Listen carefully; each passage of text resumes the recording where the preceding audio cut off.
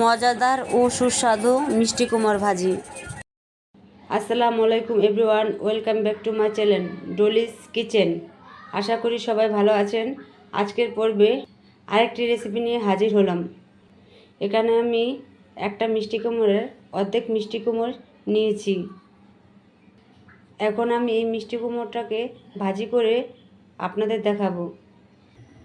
এখন আমি চুলায় একটি কড়াই বসিয়ে দিয়েছি। এখন কড়াইয়ের ভেতর পরিমাণ মতো তেল দিয়ে দিব। এখন পরিমাণ মতো পেঁয়াজ কুচি দিয়ে দিব। এখন পেঁয়াজটাকে ভালোভাবে নেড়ে চেড়ে দিব আর বাদামি কালার পর্যন্ত অপেক্ষা করব। এখন 4টা কাঁচামরিচ আমি কেচে রেখেছি। এখন কাঁচামরিচটাকে দিয়ে দিব। এখন আবারও একটু নেড়ে চেড়ে দিব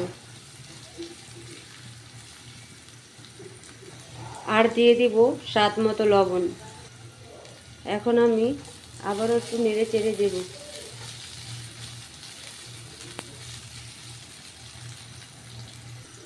এখন সামান্য পরিমাণ হলুদের গুঁড়া দিয়ে দেব। হলুদের গুঁড়া দিয়ে দিলাম। এখন আবারও নেড়ে চেড়ে দেব। দেখুন আমার পেঁয়াজটা ভাজা হয়ে গেছে।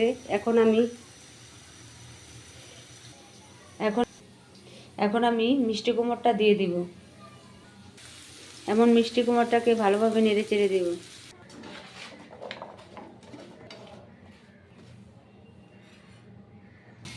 আর একটু নেড়ে চেড়ে দিয়ে এখন আমি ঢাকনা দিয়ে ঢেকে দিব। এখন আমি ঢাকনা দিয়ে ঢেকে দিলাম। 5 থেকে 7-8 মিনিট রান্না করে নিব। এই মিষ্টি কুমড় ভাজিটা কিন্তু খুব মজা। এখন আমি আবারও ঢাকনা উঠিয়ে একটু নেড়ে চেড়ে দিব।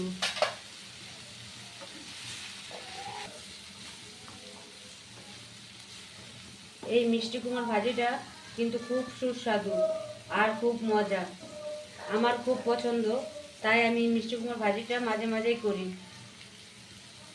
এখন আমি আবারও ঢেকে দিব।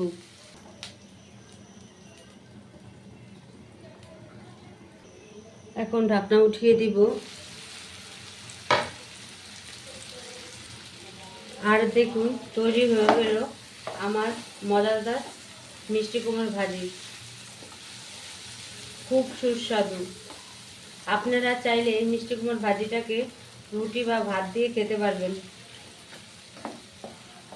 এখন আমি চুলার থেকে এই মিষ্টি কুমড় ভাজিটাকে নামিয়ে ফেলব। দেখুন আমার ভাজিটাকে আমি সার্ভ করে নিছি। আর আমার মতো বাসায় এভাবে আপনারা মিষ্টি কুমড় ভাজিটা ট্রাই করে দেখতে পারেন। আমার ভিডিওটা যদি আপনাদের ভালো লেগে থাকে তাহলে অবশ্যই আমার চ্যানেলটাকে সাবস্ক্রাইব করে দিবেন। সবাই ভালো থাকবেন। আল্লাহ হাফেজ।